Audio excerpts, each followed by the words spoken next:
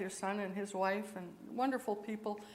But you forgot to tell him this. You can move any place you want. You can't take my grandchildren. So you forgot that one little thing, Mary Ellen. You forgot that.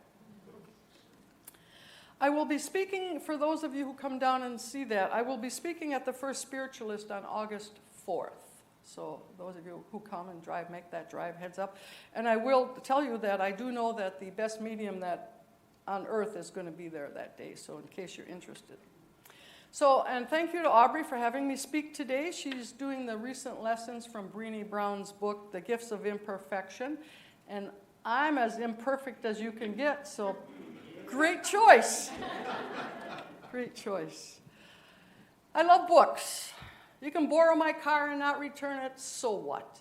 You can borrow money from me and not return it, so what? If you borrow a book from me and don't return it, I will hunt you down. Aubrey says I can do any chapter I want except chapter 10 because she's going to do that when she gets back.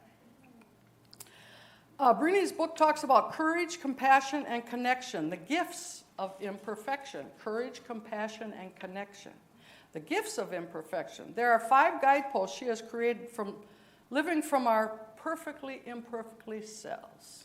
I choose to talk about the guidepost, cultivating authenticity. Authenticity is a collection of choices that we have to make every day. It's about a choice to show up and be real every day. The choice to be honest every day. The choice to let our true selves, warts and all, be seen. Authenticity is the daily practicing of letting go of who we think we are supposed to be and embrace who we are. And work from that, not what you thought you would be